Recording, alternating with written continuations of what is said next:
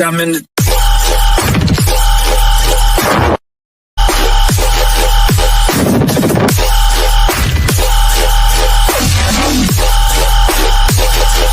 bitch, I'm in the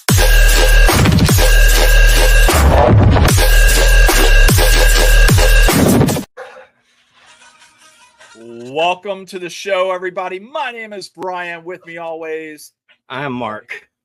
And don't good say over it. there. Yeah. Are you sure? Yeah.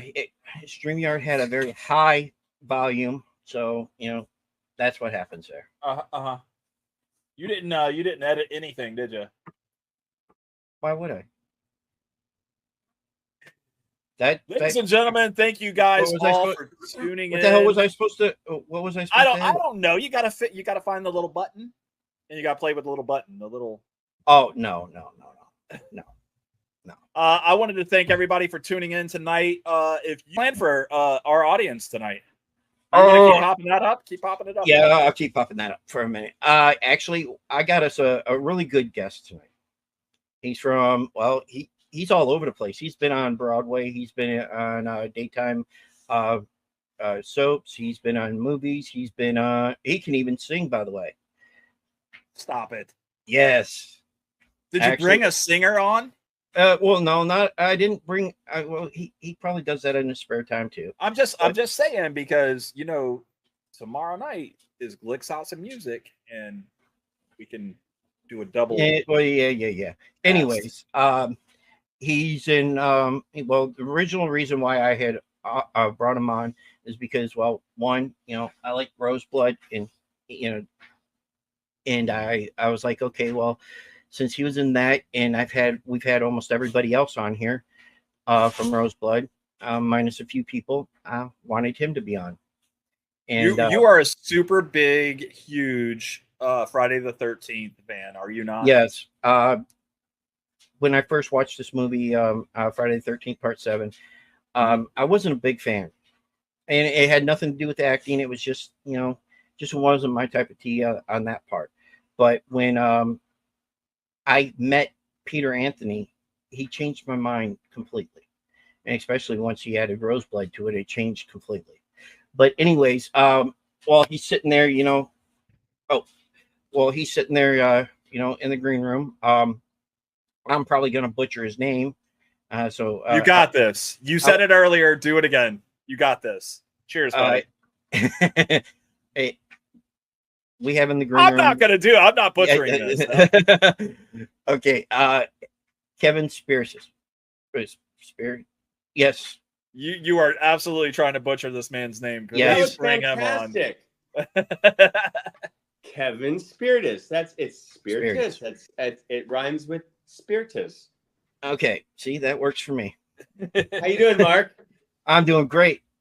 He's happy now that he gets to talk to you. He's super. Yes, I was excited the day that I got your message. I messaged you back, and you gave me your number, and I was like, okay, cool. Called you. Nicest guy in the biz, right? Well, one of them, yes. Well, listen. Wait a minute, Kevin. Don't talk get upset with me.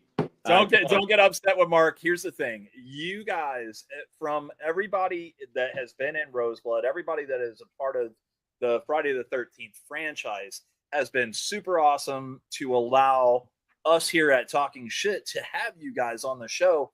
And we're not going to talk just about, Friday the 13th stuff. We want to talk to you about your life. We want to, we're trying to dive in a little bit to get to know you. So we appreciate your time. It's all you guys have been very humble to be able to allow this small podcast to have you guys all on the show. So thank you for that. Yes. Go ahead. I'm turning off my phone right now. I just realized that if this phone starts ringing, it'll never stop. We're gonna be in shit. Shoot. Oh, you can swear. Don't worry. We say worse. No. Thank you. I appreciate the I appreciate that. All of that. Thank you. Absolutely. Looking. Alexa, shut that off. Okay, I think we should do a podcast on how people treat their Alexas. There you go.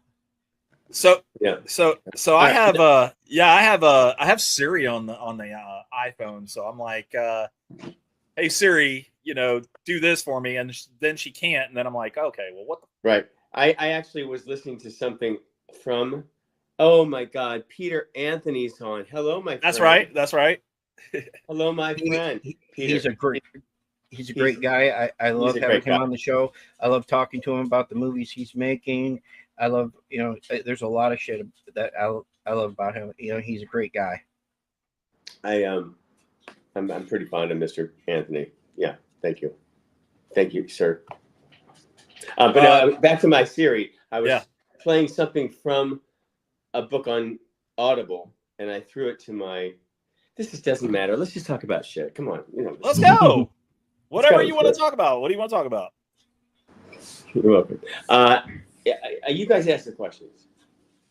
Listen, we don't want to turn it into an interview, Kevin. Yeah, we're just here to talk. Okay, we want to ask questions, but we do want to talk. We just want to talk about whatever. Yeah. Well, you got to okay. Everybody that we've asked so far, from Friday the 13th stuff. Before you were casting the role of Nick, did you know what Friday the 13th was? I did not know it was Friday the 13th. It was called Birthday Bash. Its secret code was Birthday Bash, and I got an audition to run in and go read for Carl Beekler, right? Oh my God, wait, that's our director's name. He's passed. Carl Beekler, right? Yeah. It just didn't sound right for a second. It sounded like something else. Anyway, he was very kind to me. Anthony Bardeo, our casting director at the time as well, he's passed as well. They were just like, come on in here, read this, this is the scene. And I had not prepared any of this. They had sort of given it to me, like, here, read. And then Laura was in the hall. I didn't know who she was. I didn't, not that I should know her, but, and her husband was alive at the time, and he was there. And we just sort of like went in and read together, and then I went back in and read by myself. And by the time I drove home, I got a call from my agent saying, hey, you're in the new Friday the 13th movie. Congratulations. And I went, what? Fun fact, prior to that audition, I was auditioning for a soap opera called Santa Barbara. Remember Santa Barbara? I remember that. Yeah. That didn't last very long, right? That it was I guess maybe 10 years, maybe less, give or take. I don't know. But Santa Barbara. I think it was longer than. I think it was on more than Port Charles. I think it was. I think you're right. It was also on more than it lasted longer than Rituals, which was another series I did. Anyway, so I was up for a role on Santa Barbara, and I remember this was like, I was going to get this puppy. I was going to get it. I was going to be on a soap again. This is earlier on, and I see coming down the hallway this guy who I recognize. I go, hey, and I didn't know his name. I didn't remember his name, but I remembered him. I never forget a face. And I said, you and I did Hills Have Eyes Part 2 together. You did that stunt where they dragged you through the Ring of Fire. He goes, yeah. Kevin, right? I said, yeah, he's Kane. And we introduced ourselves again. And he said, hey, I just got the new Friday the 13th movie. Like, that's what he had said to me at that, because he was the stunt coordinator for Santa Barbara. So that was kind of the cool, like, And I went, oh, I think I know the stunt guy. So I got an in. So I know Bob over here. Bob is a really nice guy. And I'm just... Bob, who's Bob? He's talking to him. Don't. I'm just talking. I'm just talking to myself. Yes, he's talking to himself. I do that randomly. I talked to Emmy. I talked to Mary. I want to hold one of those. So I was going to get there. What are all four of those for? And can I hold one? If you come here, you can hold one. I'm happy to, have you pay me to hold it. No. But I mean, my Emmy. You Come have on. four. You have four of those, right? I have four, but who's counting, really? Fantastic. I have four Emmys for a series called After Forever. It's on Prime. Season 1 and 2 are now out, and season 3 is on its way. We're not exactly sure. We're hoping for the beginning of June, middle of June. It's a story about love, loss, and new beginnings that I co-created with my late collaborator, Michael Slade. It's a lot of late going on here, a lot of grief. But the story is about my character named Brian, and Hey, I know a guy. he sounds just like it. No, Brian. There's two middle-aged men in there. We're about in our 50s, early 50s, and my partner.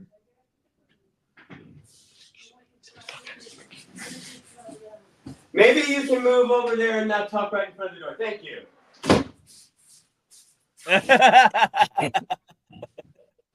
I got this very nice neighbor. She is quiet across the street in her, but she walks with her phone every day. And I really don't care. All right, I'm coming across like a maniac here, but that's no. It's fun. That's right. Anyway, Brian and Jason have everything in the world they want. They have love. They have friends. They have great jobs, great apartment. And one day, Jason gets cancer and dies. And can you hear her?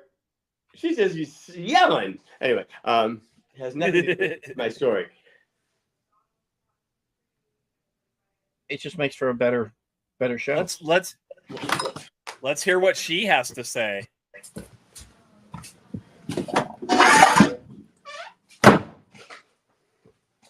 There we go.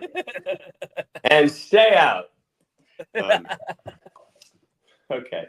Brian and Jason have everything. And my character, Brian, has to navigate back to finding a way to live in his life without the love of his life. No longer alive. So, they have this great 15-year relationship and then starts over. He's got to make peace with everything he thought was important. He's trying to notice the trend here with Kevin. Everybody he's worth is gone. That is just absolutely not fun. Oh no. This one affects me. Down at the bottom, maybe it'll have the same effect on Brian. No. Brian ain't going anywhere anytime soon, so you're gonna hold it. You're gonna hold on to it someday. I got anyway, this. The story takes place in 3 levels. It's the reality of the present. There's the past, which shows the relationship between Brian and myself, Jason and myself, and then there is the sort of ghost-like element, which is on the 3rd level, where I conjure Jason up and I talk to him, even though he's dead. So it's really me having a conversation with myself, and it's being taken on by the presence of Jason's, persona. Anyway, so it's damn, it makes me want to watch it now. Well, I would think you would just want to watch it. It's not just that it's not about a gay couple. It's about loss, really. This is depicted through 2 men, and middle-aged men and women are most of the time nowhere to be found in the story of they're nowhere on the canvas of storytelling. So this is why my partner at the time, people are just calling right and left. I'm on the YouTube, folks. Come on. You go in there and write it, not here. Anyway, it's Mom. She's like, "Are you on the TV?" Yeah, I am, Mama. I am. Anyway, so the case is middle-aged characters are very rarely written into the canvas of storytelling. So Michael at the time, who used to write for me on Days of Our Lives, and I didn't really know that at the time either, we had this idea. So there you go. Amazon, season 1 and 2, After Forever. Kleenex not included. So wait a minute. So I'm a grown-ass man. Am I gonna cry? Yeah. Son of a bitch.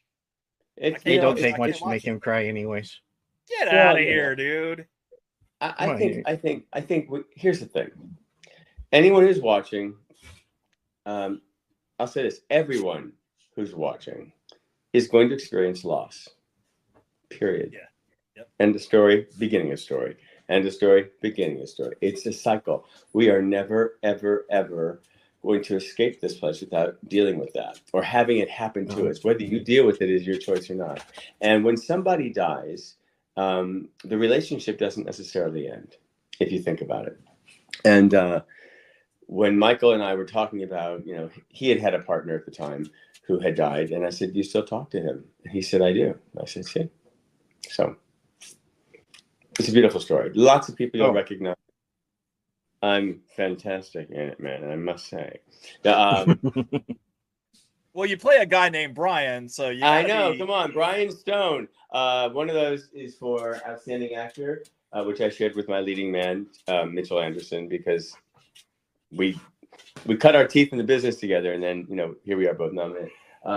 Outstanding Writing for 2019, Outstanding Drama Series for Short Form 2019, and then 2020 we won Outstanding Writing. So again, you also need to know each episode is about 7 to 12 minutes. So here's the thing. So you guys are on season 3. So you guys are on season 3 of this show. So it's doing well.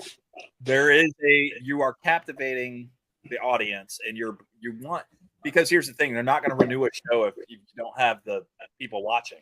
If you don't have the viewers. I love that that's where you're going with it. The truth be told, it's self-promoted, it's self-distributed. So it is on Amazon, but it's because we have signed up to be on Amazon. We wrote 3 seasons together. We have completed the trilogy, not just because Michael Slade had passed away, but we both had decided early on that if we could tell the story on point, or if we could tell it in a healthy, organic, and creative way, it's time to go through it, deal with the loss, deal with the grief, and then hopefully move on. Because how do you keep a dead person alive? And why do you want to keep a dead person alive? Unless it's Jason. Back, full circle, boom. Well, the Jason that you got, that you helped put in the water, well, yeah, sort of. Right. He's supposed to be dead. So yeah, exactly. So I mean, this is from a different standpoint, a different genre, and we just really wanted to make my character more heroic and getting through the grief. And the 3rd season, which is on its way out, or on its way into the streaming element of things, my character goes to therapy to deal with it. So yeah, my wife. I don't go to therapy. I watch Men's Mental Health Monday, and that kind of helps me. My wife will love the show. Then I can bet you she's going to go okay. So, I think. Thank you. And it is a mental health show. I mean, the truth be told, and let's talk some shit about grief, okay? Yep. I see how I tied that back in there. Well, so my mom died 2 years ago. I'm sorry for your loss. On Mother's Day. Oh. So on Sunday, when everybody was celebrating Mother's Day, I never posted anything. And I think I got questioned a little bit, like, why didn't you post Happy Mother's Day to your wife or something? And I was like, because I didn't want to think about it. I didn't do it because my wife lives with me. I can tell her when she's here instead of putting it all over Facebook. Yeah, that's right. So okay. Yeah, so I get the grief. I get the grief portion. We all have a relationship. We all have a relationship to grief. But here's what I was going to say. I believe that whether you're hetero, gay, bi, have a partner, have a person you're married to, you should watch this with your after forever. Yeah, I will watch this with my wife. I think you'll find something. She will absolutely. I think like this a lot too. I think Brian. I'm gonna go on record here. I think you're gonna love it. If I cry though, it's not about crying. Stacey will tell me. Stacey will tell me to cry. I think the great source of all living things gave us a lot of emotions to deal with. Gave us laughter, gave us tears, gave us joy, gave us sorrow. We get to work on all this, and my belief is this: if I can go through the healing of it as a person in the character, hopefully you guys or you audience are going to see that healing, and you're going to take that healing with you. Oh, look, see? Whoa, wow. The camera. I don't know. Get one of those. Did you get one of those special cameras that No, I think that it's Tommy McLaughlin has? I don't know what it is. If I press it, I can't do it from this. We tried to fix that. Tommy's got a camera. When he would move to the left, the camera would follow him to the left. Oh, there like what yours doing. Yes, you have the same but I one. can't. I can also turn it off, but not through this particular program. Okay, there's a question here from Peter that I've been reading, and I'm sort of Peter curious Anthony, my brother from another mother. Okay. Oh, how good question, Peter Anthony. How Blair became Spirit? What? Wait. Oh, sorry, hit the wrong button. If it's not too personal, the fans would like to know. Well, my full name is Kevin Blair Spirtas, and when I was 18 and I went to New York and I wanted to declare my independence, I dropped Spirtas. I wanted to be unattached to the family identity. I wanted to be out on my own, and I also knew that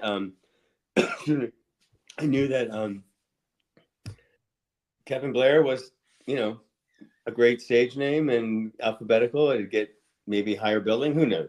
But after a while, there was a time in my life that I really wanted to reclaim my family name, and that's how. I mean, that's the real short of the story. I reclaimed it after a while.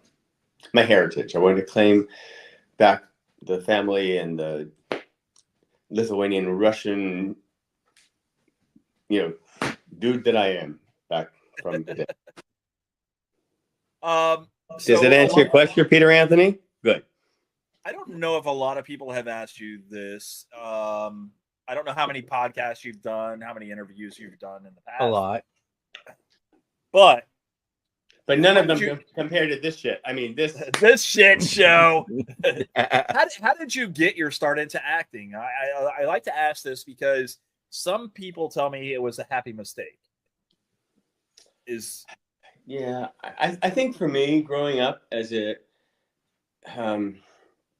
grew up in St. Louis, Missouri, on the middle of three boys, and I had a music teacher. I still have a music teacher who's no longer my music teacher, but she is now the mayor of Clarksville, Missouri, Mrs. Joe Ann Smiley, and we're still in touch.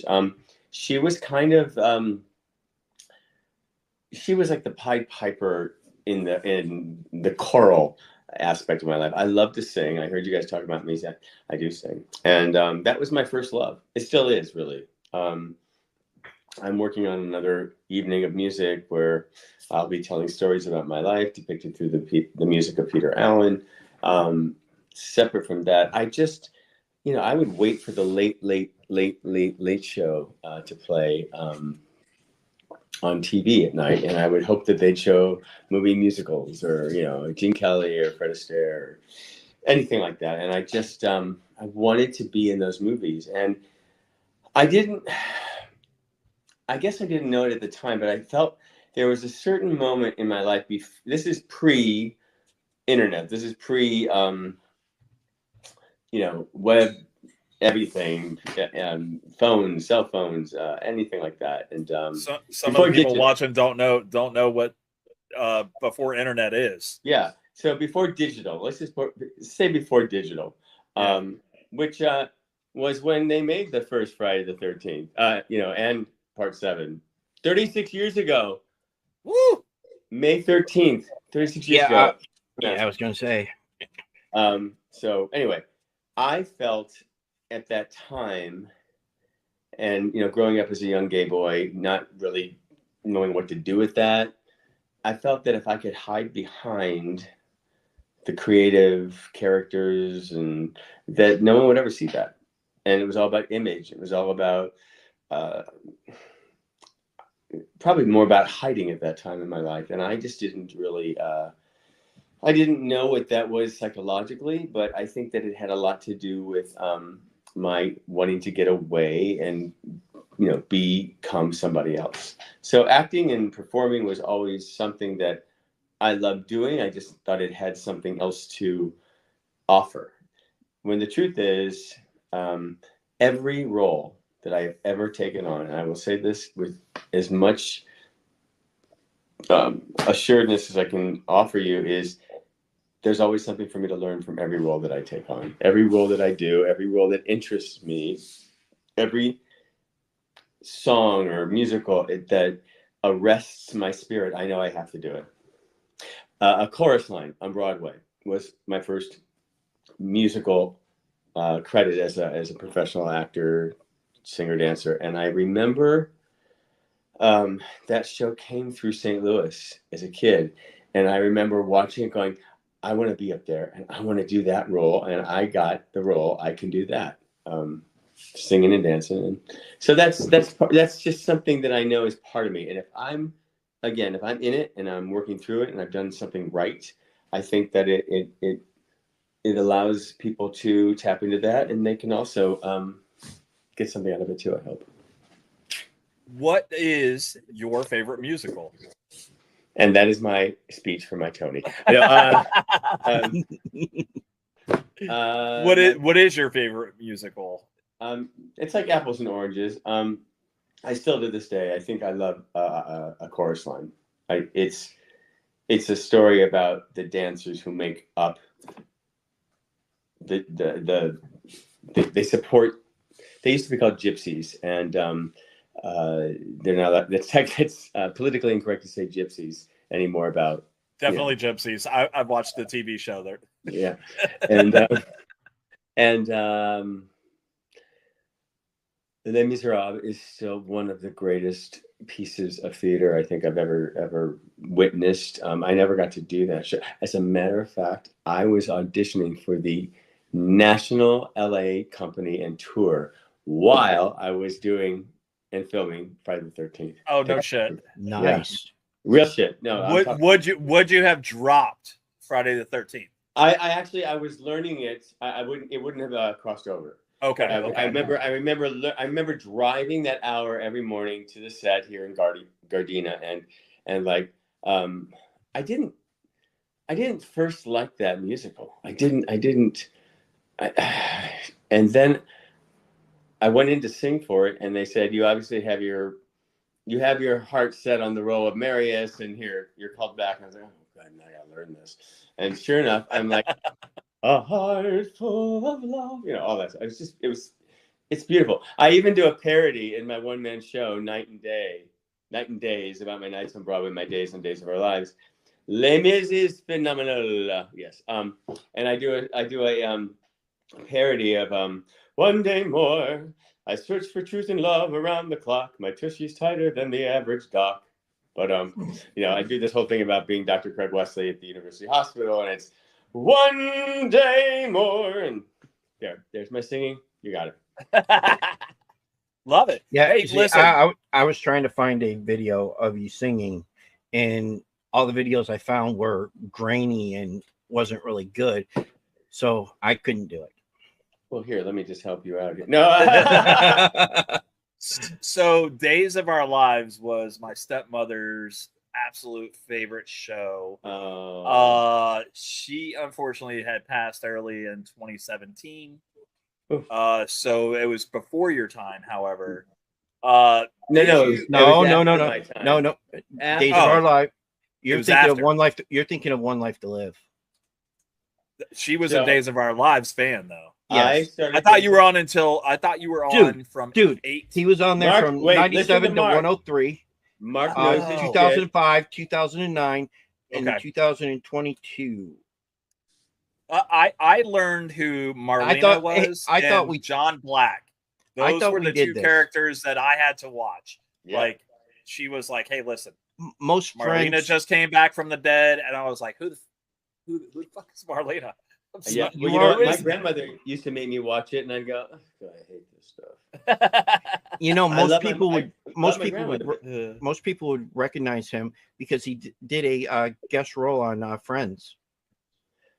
I remember his character. I played Dr. Craig Wesley opposite Matt LeBlanc doing Drake Ramoy. Yep. Yeah, it's fun. Yeah, I have a couple of little singing things here. You keep talking, and I'll just see if I can find any of it right here. Okay. Um, Go ahead. I don't want to cut you off. I was trying to think of what. No, go ahead. I'll give me a second. I was going to add. I was going to ask about Married with Children. Oh God, people ask about that all the time. I really didn't have a very big. I was an aerobic instructor. But you got a chance. You got a chance to be around, like Al Bundy and Peggy. Peggy.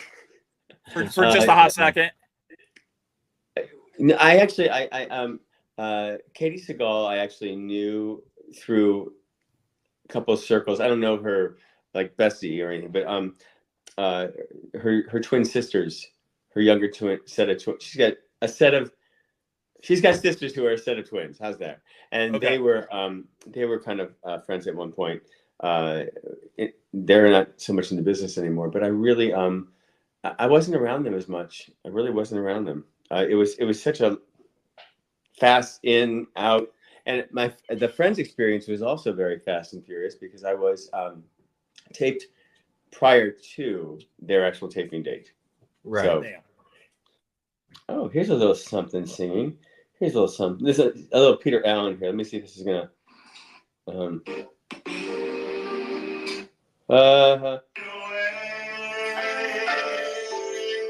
Right there. Oh yeah, this is My Romance.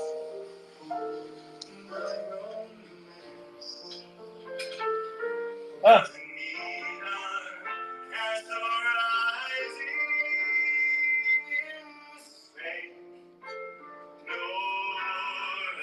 No dance. Anyway, that's me singing. You warm up before you go on stage, don't you? My dad can sing. I don't have. Your dad can sing, bro. My dad. I've never heard him. You heard what he just played right there. My dad gets a hold of that. My dad will absolutely 100% sing that. I love that. But look who's in the audience this night. Look who's in the audience. Who is it? Can't tell. Who is it? I can't tell. Wait. Hold on. It is my darling Denise Duff from Subspecies. Okay. You have no clue who she is. Well, I'm going to introduce you to her right now. This is me and Denise. 30 years ago, we were in Romania doing Subspecies 2 and 3, where she played a vampire. This is the one we were talking about earlier, Mark. Yes. There's six seasons.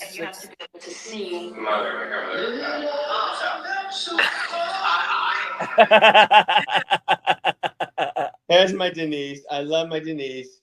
Yeah, we stayed friends, and then we went back to Serbia. I think is it 2 years now? I think it's 2 years now. Just before I went and did season 3 of After Forever. So yeah, that's it. That's all I got up here right now. Comment from the Nonsensical Network. Dr. Wesley was such a dick. My mom loved Days. I remember watching with her. Dr. Wesley was not a dick. As a matter of fact, you're talking shit about Dr. Wesley now. I don't know who that was, but I became a very loving father. And then because of the success of After Forever, I think they got smart and they brought my character back and they had my character come out of the closet. Yeah, I was reading that. I was like, oh, that's freaking awesome.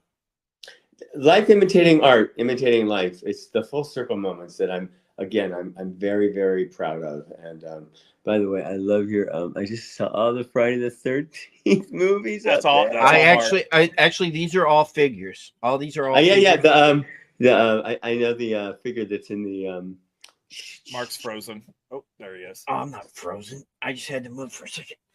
No, I love all this. I mean, I had these were made. They're 3D sculpt. All 3D done by a 3D printer. All these are what I started collecting first, was these figures, and then I just started collecting a whole shit ton more. Mark And will then, tell you more than you know about Friday the 13th. no, I doubt that. You know what? I I would not be promise you. surprised. I would not be surprised. And then, of course, I got Roseblood here. Yeah, well, that's the one I know most about because I only had very little to do in it, so I had time to actually read the whole script. And no, I didn't know they could do that. I didn't know they could do the, make a fan movie. Make the fan films. Yeah. There's a lot of them, though. I love them. I watched quite a few. Roseblood, Vengeance, Never Walk Alone.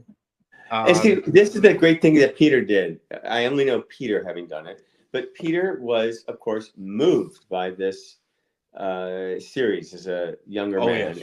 Yes. And he basically was arrested by it, and he had the desire to move and do more with it. So there's his healing. There's his working it out and figuring it out and doing something because he wanted to do it, not waiting for someone to say you can do it. Which that's the fact that he actually created this and was going to include myself and Lar and Terry.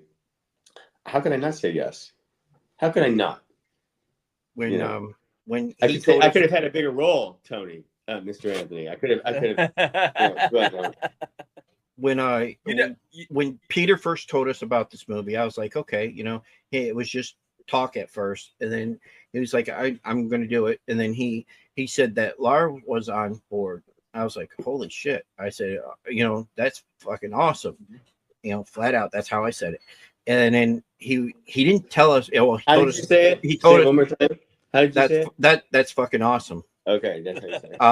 And then I knew Terry was involved.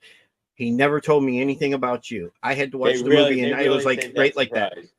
And I was like, wow, I liked the surprise element in it. It was like, like when they did Vengeance 2 and added Tommy into it. It was, it was a breath of fresh air. It helped it out. And I'm like, Roseblood, it helped me like part 7 even more. I didn't like it to begin with because, the telekinesis, I didn't think it belonged in the series. But okay, he's dead. He's back to life. Yes, I am. So shut up, Steven. Had to.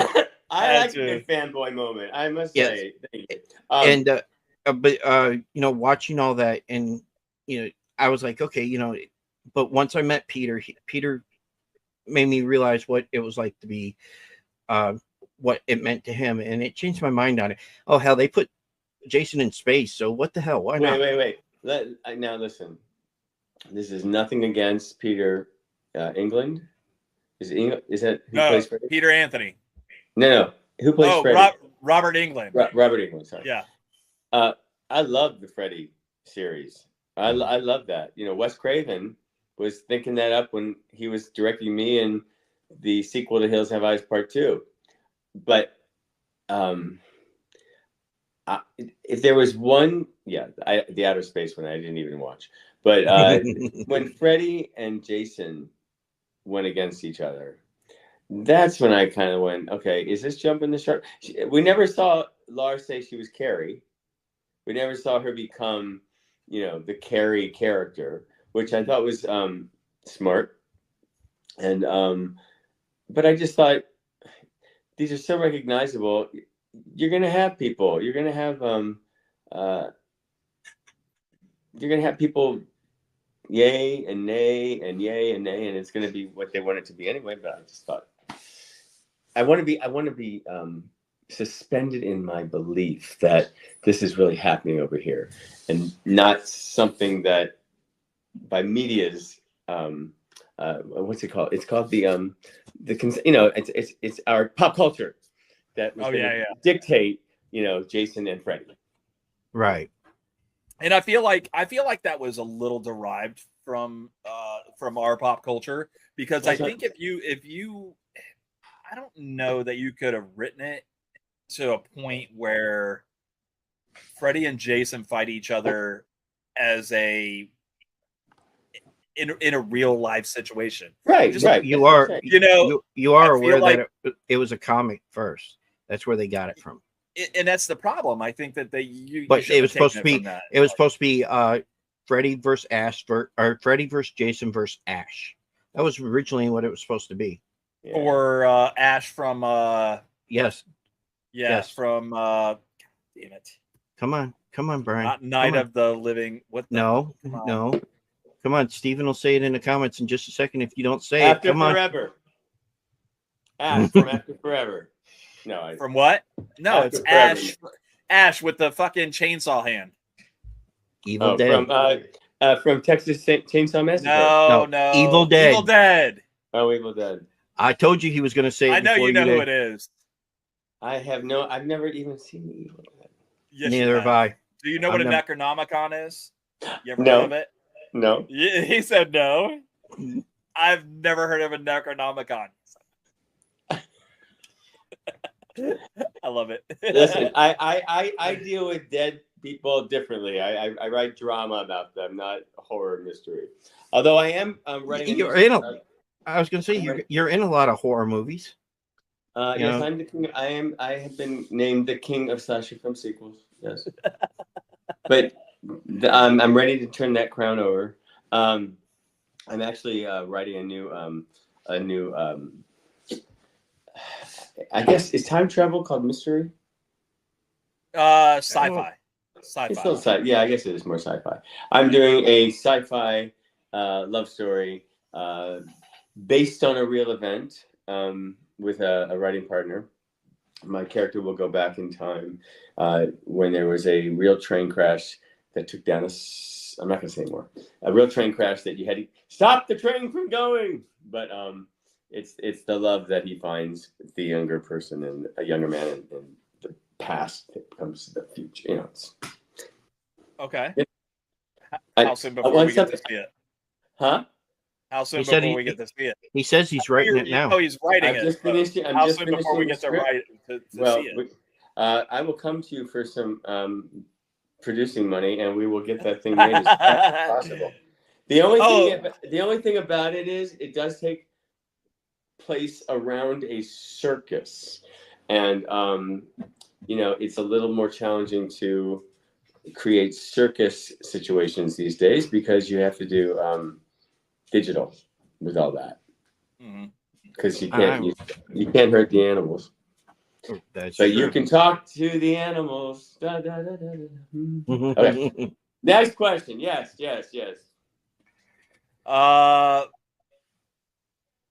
Kevin, hang on. This one says Kevin is the Oh, king please of take that. slasher Oh my god. sequels. Like I'm the champ. Glick is not the champ. He pretends he's a paper champ. I don't even know. So he's a really nice guy. We're gonna leave it I at bet that. he's very nice. Yeah.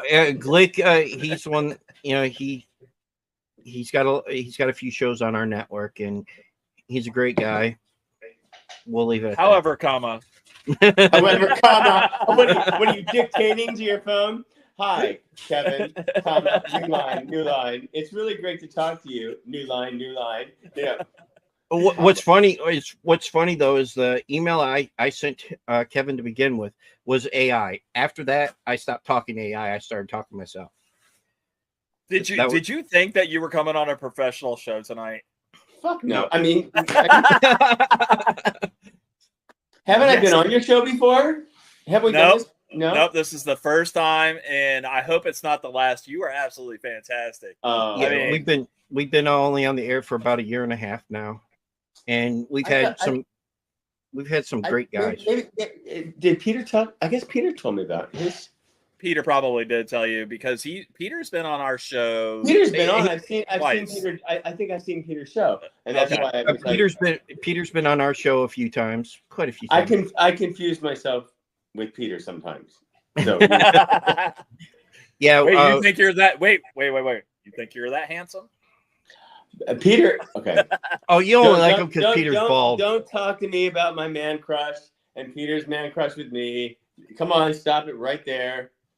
No, Peter's got that. He's got the best haircut in the biz. Yeah, because he's got the same one as yours, right? That's right. Peter's my sexy director friend. I love him. I think he's also very talented. And yes, Peter, I'm talking about you.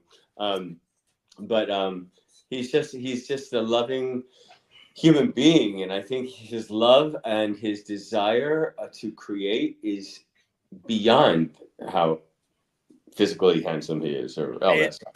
And speaking of physicality, when it comes to him doing directing and acting and everything, he's got a movie in the works right now, and I know you know about this. It's Laugh, and unfortunately, Peter has had an accident or has hurt himself. So the movie was going to come out at the end of this year at 2024, right? Yeah, now he is one of the he is the lead character in this movie. One of them, yeah. Or one of. And now we won't get this movie until 2025. Has he filmed any of it yet? I don't think he's filmed. He has filmed some of it because we already have previews. Club scene previews. We've got. Well, Peter, if you need a double. Hey, I know a guy. Do both of your knees work? Because one of his is out. Hey! Don't. I'm not being mean. I'm sorry to hear that he's having some knee issues. I didn't know that was the cause. I knew that he had hurt himself, but I didn't know it was that. So, Peter, get well soon. Yes, please. Please get well soon so we can get more movies and more stuff. More stuff. More stuff. I'd be happy to come back anytime you guys want. Go ahead. I'm sorry. I didn't mean to cut you off. No, I didn't mean to cut you off. Cutting me off. Okay. There's one thing that I told Brian I'd wait until towards the end to ask you, because the fact that I have everybody's. He's a fanboy. Remember, he's a fanboy. Yes. I have Daredevil. Daredevil. I just have just about everybody's signature on here. Oh, I thought that was Daredevil. I was wondering if I sent this to you, the jacket, if you would sign it for me. Fuck no. No, okay. 20 bucks. $20, bro. Shut up, Brian. Of course. Do me. Yeah. We'll figure out how to get that done. Okay. We had, you guys, like I said, like everybody that's been on this show is super humble, and we really appreciate it, because I'm super humble that you guys came on our little podcast to talk about you guys, and that's what it's about. We just want to know about you and what you're doing and all that stuff. We had a couple of weeks ago, we had Richie Ramone on the show, and I'm a huge Ramones fan. Mm-hmm. It didn't happen overnight. It was one of those things that took, about a year. Chemicals to make. I mean, no. Anyway, same question was, if I sent you an album, would you sign it? He was like, absolutely, send it. You know? Well, Mark still has to pay me, but he'll send it. $20, bro. $20. 20. Dude, you are aware that all the other ones signed it for free. So you could save money and send it all to me. Oh. Yeah, it's I still have a couple more that I have to get. Eventually I'd like to get Lars on here. She has agreed to come on, but we just haven't figured out a date yet. She'll do it. When she can, she will. She's great. That's okay. I'm Listen, sending her a copy of this one, so she knows. I feel like that's the thing. Like, Lar doesn't want to get roped into something, and then she's like, "These two fucking guys, not a chance." You are aware that she's asking for your advice, Kevin. She has been on far worse. I've seen some of the ones, but I mean, everybody has the control of, if they didn't like the show, they can easily just opt out, after a while. Yeah, no, listen, bye. No, bye. Come on. Listen, guys, you're not promoting, you're not derogatory in any way. You're not I mean, I know what the title of the show is. I mean, for shit's sake, you know, you gotta say it. Thank you. But I think had I ever since, and I say this not just for you, it's for anybody. If you were being prejudiced or racist or insanely Political. uncouth, and you know, Yeah. if this was not a fun way in, just have fun and then talk about stuff, I would have graciously thanked you and said, "Not, I'm not available." But I see you as two very, very weak, sad people. No, I mean, Hey, we totally got to have Kevin on the show because he's going to boost our. no, but listen, you guys are you're very fun. You don't understand how excited we get when a guest tells us yes. Mark absolutely has to change his underwear. No, Listen, actually, Brian, there's only been a couple that I called Brian and said, "Hey, look, we got this one. We did this, we did that," and he was like, "Really? Who is that?" I'm like, "Dude, watch Friday the 13th." Damn it! Yeah, quite Mark honestly, said, Mark. He said, "Who is that?" But the first thing you heard him say is, "I want to hold it."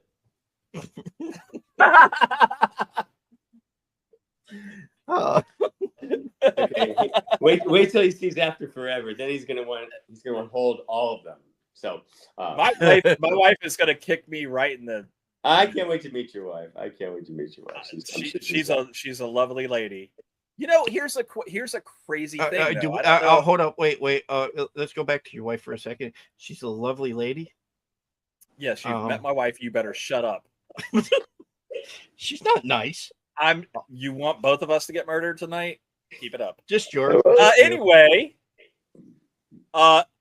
we were talking about Peter Anthony earlier and making movies and stuff. And what's crazy is when we have guests like Kevin and guests like Beatrice and guests from all over the horror genre. When you tell me that we have these guests, I start having dreams. Do you want to know what last night's dream was? I just hope it wasn't wet. I will listen. It was not, but 7 strangers move into a house together. It's Jason, it's Freddy, it's Chucky, it's Art the Clown.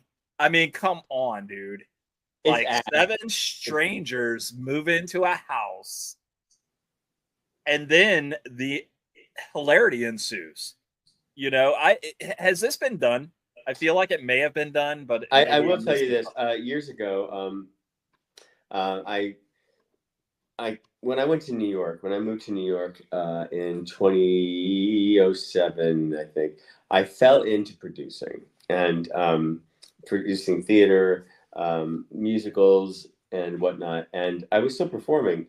And then a friend of mine who I'd done a play with years and years and years ago wrote a show called Scary Musical. Cool. And I thought this was the cat's meow. And, you know, there was a guy named Jason. There was a guy named Freddie. There was a girl named Carrie. There was, but they were all in high school. And it was, there was a phone call. There was a murderer. And it was done very well. I just couldn't get it. I couldn't get it, up and running and doing. I would absolutely like to see a show done like that. I think it would be it would rule. I think it would, because you get to see another side, and that's, I think, what a lot of people look forward to is like here's another one that I had recently was, tell me about Jason before he started axe murdering people, before his mom became a psycho, demented, whatever. If you want to know, I can link to the comics. Oh, it's all in the comics. Okay, so why does Jason? So didn't he drown while the counselors weren't watching? Well, they were having sex and other stuff. Yep. Yes, and he was not all mentally there. So that's We how they call always we portray. call that challenged. ADHD. I call that Brian. No, I'm no, I'm Boom. but yes, Well, but I mean, it's just, that's what they've always picked it as, is he was challenged. Yeah. My children get on me for saying certain words, so I'm Yeah. learning how to change with The everything. politically correct way is socially challenged, or physically challenged, or any of those. Right. But it was his mother who was getting revenge. That's Right. correct story. In the very first one. Yes. Yes. God bless Betsy Palmer. Yes, she was wonderful in that. And then, but there's got to be something before Betsy, right? I mean, where's his And that's dad? what I'm Elias. saying. Where's Elias. the deadbeat dad? Elias. Did Jason go to school? Did he go to high school? Did he have friends? No, he was dead before he got into high school, by the way. He was dead as what? Did he go to regular fucking school before fucking high school, Mark? Okay, well then that's elementary school. I think it was elementary, but no more than that, right? That would be the age range. If you go by the comics, Pamela kills Elias. If you go by the comics, but in other way, you can bring it back in any other way you want because of the series. Right. Like in Vengeance, they brought in Elias into that as Jason's father, and he was the one convincing Jason to do the killings. So, I mean, it just depends on which way you go about it, and that's a fan film. If you didn't know, Vengeance. I did not know. Yes, Jason Brooks. Jason Brooks also plays Jason in that. And I've learned something too, something I never knew about a fan film. I like the fan films, not all of them, but I like most of them because it gives the best one we know. The best one we know is Rose. Let's talk about real quick before I know we asked you for an hour, and we're super happy that you did an hour with us. Oh wait, I'm done. Goodbye. See you later. Broadway. Mm-hmm. What have you done? What works have you done on Broadway? A chorus line. I did Meet Me in St. Louis. I did the Vegas show, the Vegas company of Hairspray, where I was Courtney Collins. And one of my all-time favorite experiences was standing by for Hugh Jackman in The Boy from Oz, the story about Peter Allen. Mark was talking about that one earlier, and I said I don't remember that one. Yeah. Well, see, when you go and look up his stuff, I mean, that one sticks out the most because that's the only thing that was underneath there for Broadway was that. Right. Here's a very interesting thing about The Boy from Oz. Do either of you know who Peter Allen is? I know the name. Was. So Peter Allen died about 32 years ago. He was one of the first casualties of AIDS. He wrote songs like, we just lost. No, he has to use the bathroom. Don't worry. You keep going. Oh, well, I was going to educate him. All right. So, Mark, you and I are now co-hosting the show. Let's just, when he comes back on, we're going to ask him some questions. Okay. And you have a cat? Is that your cat? Real cat? This is a cat this is one of the two rescues that we have at the house. That's a kitten. Yes. They called it Gray, and they weren't supposed to call the damn cat a name because we were supposed to get rid of it. Well, I don't think that's happening anymore. No, I'm a big cat man. So I have too many cats as it is. My cat is scared of this street. We've moved recently. Oh, look here. This is me in a chorus line. Do do do do do do do do do do do do do. Where am I? I am at the other end. I am right. Well, I'm right here. Boom. Oh, there I am. Where's my finger? Right there. Boom. That's in chorus line. Boy from Mark has a zoo. How many animals? I have right now I have 11 cats, 3 dogs, 3 ferrets, 4, 5. My daughter has like a bunch of guinea pigs. We used to have a hell of a lot more. Oh, I love that. I love. Here I am on Facts of Life, just FYI. I forgot. I forgot The about that Facts one. of Life. The Facts of Life. Was it on? Was it on the original series? You know, when they did it. Not when they were. Okay. Cloris Leachman. So here is a picture of this incredibly gifted, talented man, Mr. Hugh Jackman, and myself. There. Oh yeah, he's very.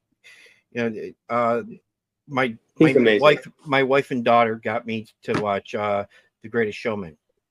He's fantastic. And those damn songs stick in my head so much. Yeah, my wife will still play them in the car, and I'm like, damn it, we're gonna have to go home and watch that damn movie. So Peter Allen was a songwriter in the he's from Australia. He came over here. Judy Garland had discovered him and made him famous, and he wrote songs like Don't Cry Out Loud, Just Keep It Inside. Melissa Manchester recorded that. Olivia Newton-John recorded I love you. I honestly love you. Oh, Brian. Okay, so here's some questions for you. We're talking shit here, Mark and I. And anyway, so that's Peter Allen was always a part of my life. Peter Allen was always the background. He was always his music is incredible. He wrote. He was one of the song foursome that wrote "When You Get Caught Between the Moon and New York City." I know that one. Yeah, it's from. It's. I can't hear you, Brian. You're muted. Brian. No, sorry. Nope. What the fuck? You go away for a second and it screws up? I think we're done here, folks. This is the end of the show. How about now? There he is. Oh my God. Anyway. Yes, I know that song. Yeah, I love that song. That's a great song. Peter Allen, the show The Boy from Oz is about Peter Allen being from Australia. And he was just an incredible entertainer. And I was cast as the standby to Mr. Hugh Jackman. He never missed a show, but he's quite a talented man. Quite a talented man. You missed this picture, but I'll send it to you. I'll show you right now. Hugh Jackman. So what was it like working with him? Was that? He was, we've stayed in touch, and he's always been so supportive of everybody who's gone off and done their own thing or what they're working on. I wrote him an email probably right after the pandemic. So the first part of 2020 was, hey, okay, I'm gonna get some reading done. We're out, I can clear out the closet and I can get rid of some stuff and I can kind of work on myself. That was my aim for the pandemic. And then of course life happens, shit intrudes, and my collaborator died. He was diagnosed with cancer as well, and I had to deal with that. I had to watch that life imitating art situation happen. And I remember there was one moment where I had spoken. We had on Zoom during COVID. We had an 18-year anniversary of the cast of The Boy from Oz, and we all got on Zoom, and we all had said hi, how it's going, and what I'm doing, what you're doing, and Hugh was a huge fan of my series. He was very, very supportive of it. He watched it, and he told everyone, you got to. Don't shortchange yourself, mate. Go watch Kevin's series. It's right. And it's like, oh, thank you, Hugh. Thank you. And then I wrote him an email saying how one night in one of my darkest times during COVID, because we just lost Michael, and I was sad. I was very depressed. And I thought, what would Hugh do? Because I used to watch him night after night on stage, and he would just sort of his heart was open, his spirit was open. He was allowing people to enjoy, and giving love and giving heart, everything he did. I don't think the guy knows the word no. And I remember thinking about that. And just like you said, do I warm up going on stage anymore for singing? No, I have no fear anymore. I kind of went through that, and I thanked him for being there psychically or mentally or metaphysically, because I can now think through and see what he did and how he treated the audience and people on the street and the doorman, everything. Everyone's the same to him. And that to me was not only incredible talent, but his heart and his spirit is what even exudes more out of that. And that's why I think he's so extraordinarily gifted. And So I think 100% of the time, if given the chance to work with him, you are 100% on board. Oh man, absolutely. Yeah. I'd do the whole thing again. There's the Peter Allen song, Once Before I Go. And the lyric is, I do it all again. You know, and I think, yeah, I never got to go on for him. He never missed a performance, but I'd do it. He was amazing. He was amazing. I might ask for more money this time, but I mean, hey, who wouldn't? I mean, knowing what you know now, I mean, if you had to do it all over again, you'd be like, hey, listen, you're gonna have to pay me a little bit more. No, I know. You know, here's what the payment comes in the experience, honestly, and now knowing what I know, everything that I have ever done, every experience that I have ever experienced, every situation, every positive and non-positive experience has made me the person and being that I am today, and I'm grateful for that. I'm fantastic. I believe it. If you look at it, you know, we are who we are because of our choices and our experiences. And I'm also a firm believer that our thoughts and our feelings and our emotions and our words are, you know, what we're focusing on becomes our reality at all times. People say, oh, it's bullshit. It's bullshit. You're talking shit. No. We create our reality every step of the way. You can argue it. You can believe it. You don't have to. But until you understand it or until you experience that, you know, we're very responsible for it, I think. So Kevin, there's a lot of people that say if I could go back, I would change this. I am one of those people that I'm a little bit different because I'm like, if I could go back and change anything, I wouldn't change anything. I had faults. I've done things that maybe I shouldn't have done. And those are the things I look at and go, I wish I wouldn't have done that. Would I? Okay. So, you know, would I have preferred Michael not die? You know, what could I, you know, is there anything I can change there? No, I didn't want him to get sick and die and leave. Nobody wants no, that. No one wants that. But that's that part of that world of what he experienced. I mean, I came into his life and he came into my life exactly at the right time that we were supposed to have met and crossed paths. I swear to God, I say this all the time. I was on the treadmill, getting off the treadmill at the gym. I heard someone say, "Are you Kevin Spirtas? I used to write for you in Days of Our Lives." And I said, "Great pickup line." No, I said, "What's your name?" You know, he said, "Michael Slade." I said, "Oh my God, I remember the name on the script." But you know, they keep the writers and the actors separate on the soaps usually because they don't want you getting any special treatment. And I say to this day, because I pitched him the show right then and there. I pitched him an idea, and he said, "Call me." That's the pickup line. Yeah, right. But no, you know what? I could have been on the moon that day, and I swear to God, I would have crossed paths with Brian, with Michael. With Michael. How long were you? How long were you guys together? June 1st, 2014. It's almost 10 years. Okay. June 1st, 2014, we started creating After Forever. And then I said, hey, because it took us about 6 months to get the story right, the first season, and he was really pretty much the wordsmith. And then he'd send me the script, and I'd read it, and I go, oh, I love it. Let's change this a little bit, you know. But and then I said, here's some good news and some not good news. The not good news is I'm done with New York. I'm going to move back to LA. And this is 2015. So I moved back in 2015. I said, the good news is we're going to finish this series and we're going to finish writing it. We're going to get it made and I'm going to, you know, do my damnedest and I'll raise that money, hell or high water. And we did.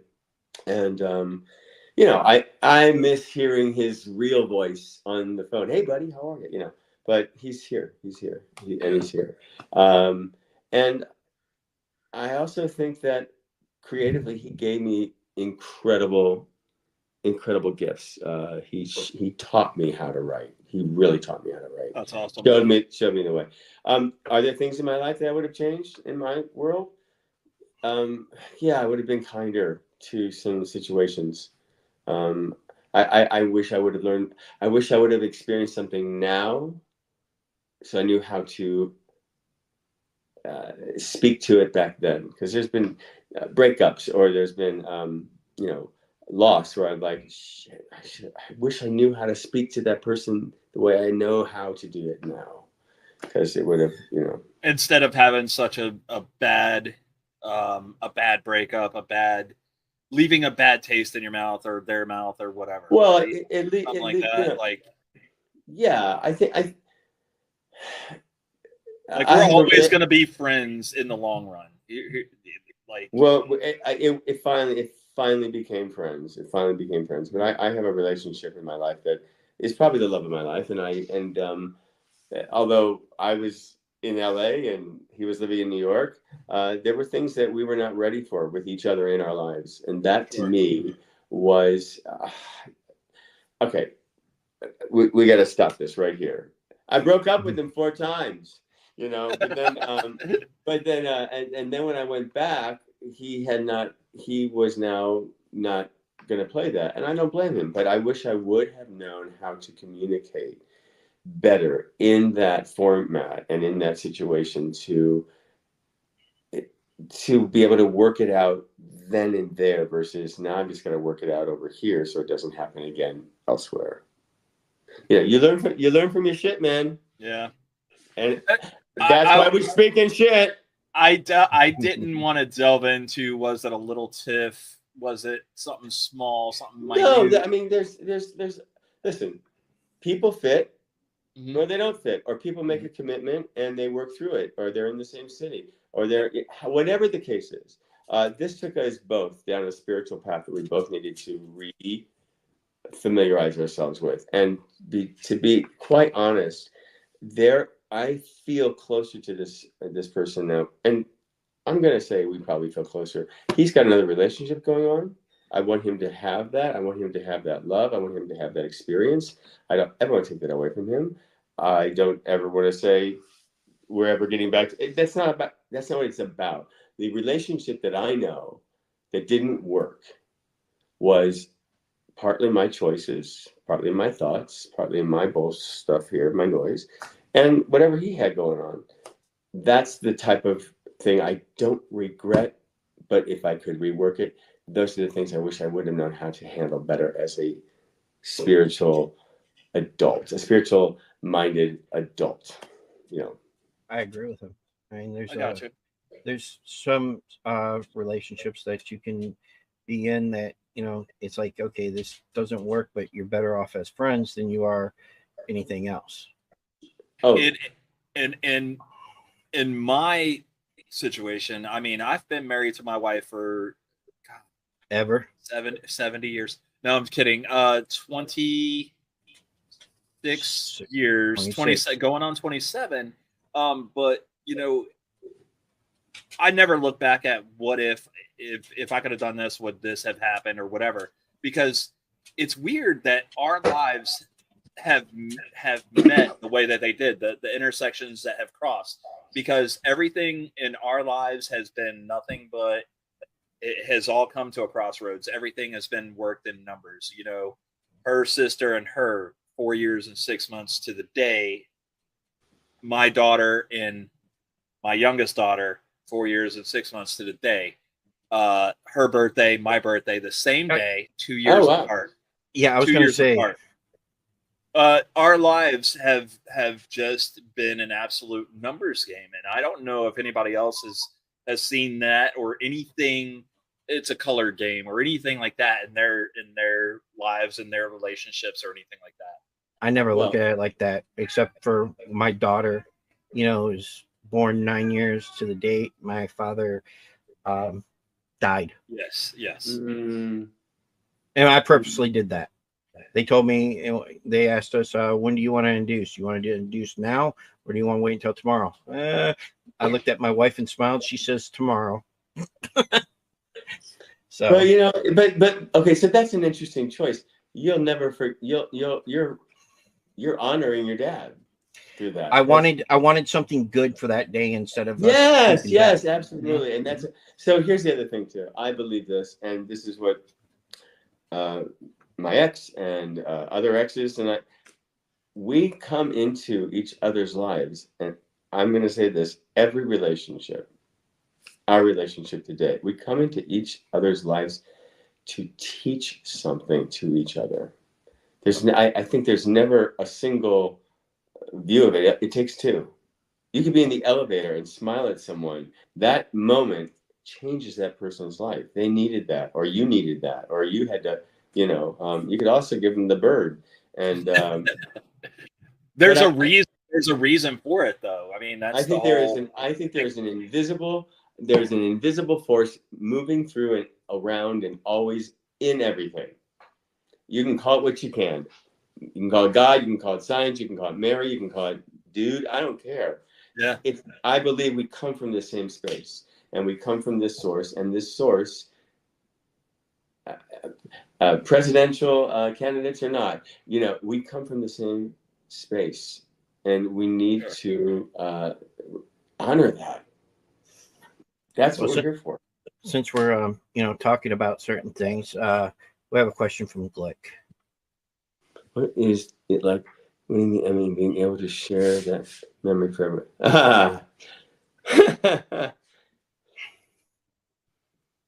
Don't do it. Don't do it. It's Don't a you do gift. it. It's a Don't you gift, do it. man. It's a gift. It's a gift.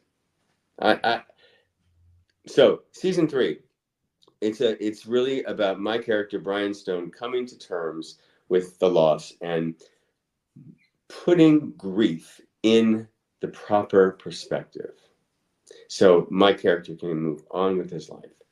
And season 2, season 1, spoiler alert, my husband is dead.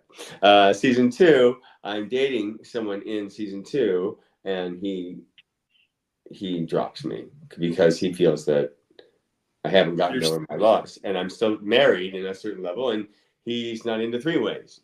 But So that being said, the thing that I love about the Emmys and that mix of that question there is in 2019, when Michael and I walked up on stage, and we had made history by becoming the first LGBTQ themed drama to ever win 5 Emmys across any platform. So that was like, we just made history. Wow. And Michael, who had already been diagnosed and had already been dealing with some of his issues due to the chemo and whatnot, made it to the Emmys. And, he said the last thing. He said, we made a show about loss, and we did it with as much pathos and humor as we could. And there is life after grief. And you can still move on, loving the person you lost, and still continue to have a life. That's what he said. That is the final line that we give to the therapist. And I gave it. He was no longer alive at this moment, but I said, we got to use that line. So I gave it to the therapist, and it's a beautiful line. And that's the thing, is that through Michael's work, I'm sorry that he paid that price, but I get to. You still get to carry it on. Grief ebbs and flows. Sure, Brian, I'm sure with your mom being gone, there's moments where you're triggered, and I'm sure it's like, wow, that's a webmobile, and I'm so sorry for any of that because we all deal with it, but it becomes part of you. It's a new you. It's a new expansive side of you. Whether you know it or not, you now know how to do it, and you'll be able to help the next person after you watch After Forever. I got to now, dude. Damn it. Listen, I gotta watch a bunch of stuff, and then like the you first throw two this one on seasons, me, and I'm like, the first season's an hour and a half. The second season's an hour and a half, and then third season, which I'm praying is going to land just right in time, coming up in June. You know, I'm just gonna tell you right now, if I cry, I'm not gonna tell anybody. I'm not. It's not And his wife will tell me. You know what? I'm gonna cry, aren't I? Real men eat quiche, and they also cry. Glick from the Nonsensical Network said that he would absolutely love to have you help on a Monday night show It'd be my for honor. men's mental health. It'd be my honor. I promise you that show they will open you up. They open up to the world. One of the co-hosts is former military and has been through a significant trauma, and I could absolutely. Here's the thing: you laugh and joke, and that's the thing. Like we get to laugh and joke with one another, and we're gonna do that. And then they But get serious. there is a shadow of pain there. Oh, come on! Our laughter covers most of our pain. Yeah. Our neediness covers our pain. Our ability to please somebody is a covering. Yeah. You know, I'm not wronging anybody. I'm just as guilty all this stuff. But it'd be my honor to be part of the show. That's awesome. And then We will make sure that Chris gets in contact with you. Yes, Connor is an amazing soul. Connor is the person I'm talking about. Prior Army and Air Force veteran. So. Yeah, next week we're going to do a 2-part military show. It starts off on our show, and it'll end on Men Caring for Men. Yeah, so our show we get to have all the fun, and then Men Caring for Men bring the Kleenex. Listen, I gotta tell you, you two straight as an arrow guys. Maya Angelou has a quote: "We are more alike, my friend, than we are unalike," and it has nothing to do with straight, gay, bi, trans, anything. It has nothing to do with that. Our hearts are our hearts. We experience, you know, you get burnt, you say "ow," you know. You get flowers, you go, "Oh, thank you," you know. Well, I'd say thank you. And I don't remember receiving them yet, Brian and Mark. So we're gonna need an address. Mark's got to send a thing, so I got the flowers. Yeah, I was about to say Brian sends the flowers. You guys are great. Kevin, you have been absolutely fantastic. Thank you so much for being a part of our little show.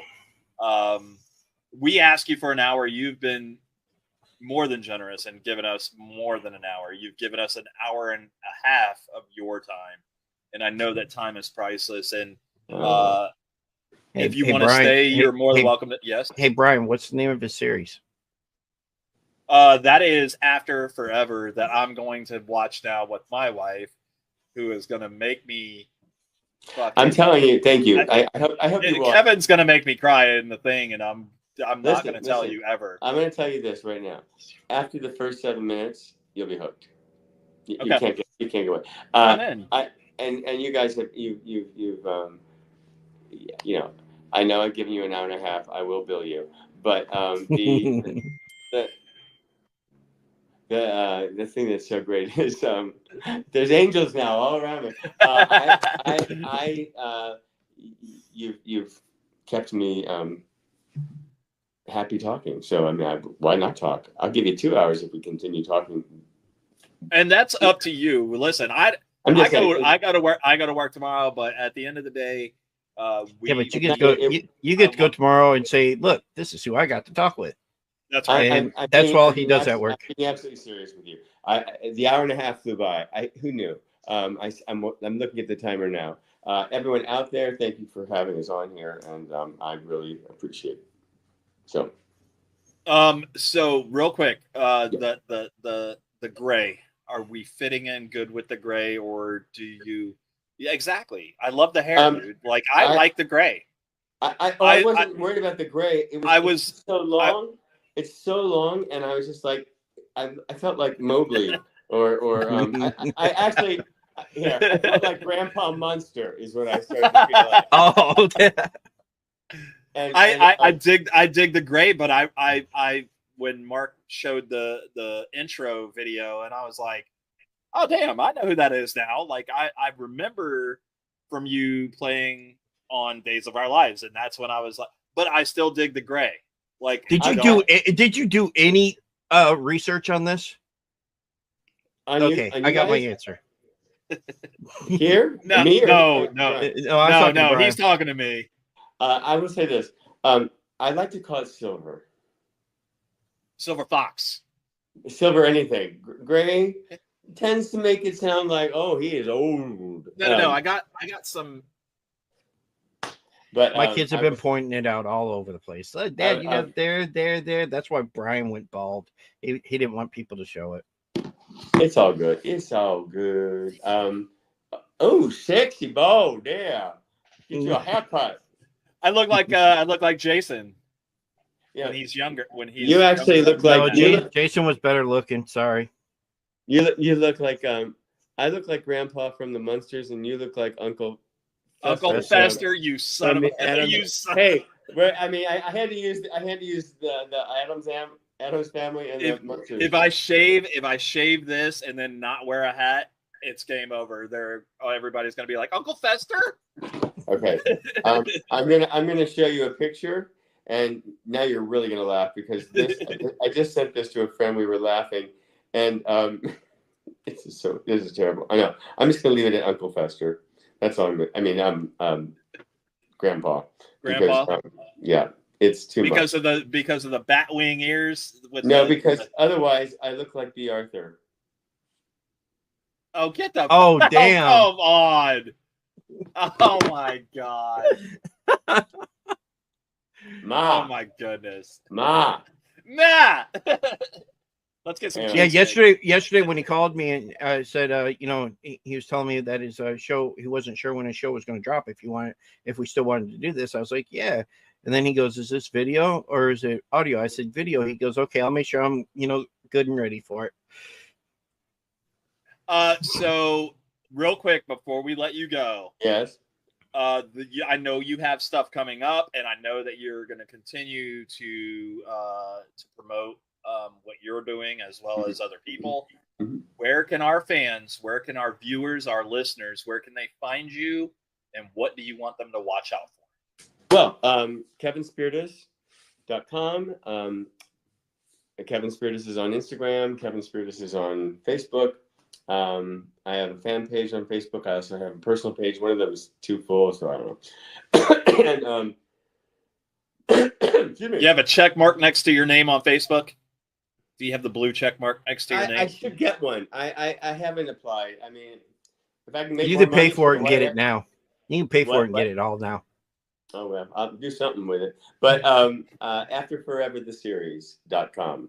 After AF, the series is on Prime. No, that might be X, and then Twitter and Instagram is After Forever the series. So that's and After Forever season 3. And I don't know what the technical reason happened or how it happened, but it was supposed to be this last month. Now it's aiming toward June, early in June, maybe. But I don't know. I don't want to say because now I'm worried that it's not going to be the exact date. So it's coming. It's coming. June. Season 3 coming soon. Coming soon. Maybe they'll promote it more because it's in June. I just want it up. It's really the best of all 3 seasons. Maybe they'll watch our show and say, "Hey, we got to get this show out real quick." Yeah, I'm hoping. No, Amazon, come come on. I hope so. Come on. Let's go. Kevin, thank you so much for your time. You have absolutely been fantastic. If there is anything ever that you want to talk about with us, please reach out to us and let us know. We would absolutely you have my phone number back on our show. Yep. Yeah, I've got your number. I got Brian's number. Let's go. I got the bank account. It's 3. Mine's 3. You guys have been great. Thanks for having me on. Thank you Kevin. very much. And All right. I'll see you guys later. thank you, Kevin. Later. Thank you very much. Holy cow, man. That was a really, really cool dude. I love Kevin.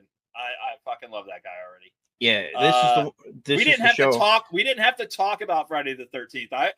We could have been. I told you I was our only. lives and, I told and all my I children told you and musicals. I'm in. I told you once when I got him, I said I only wanted to touch a little bit on Friday the 13th, and I told you we had it all mapped out on what we wanted to talk about, and he told us a little bit more. He's in the green room. I don't want to leave him waiting. I'm going to wrap up our show.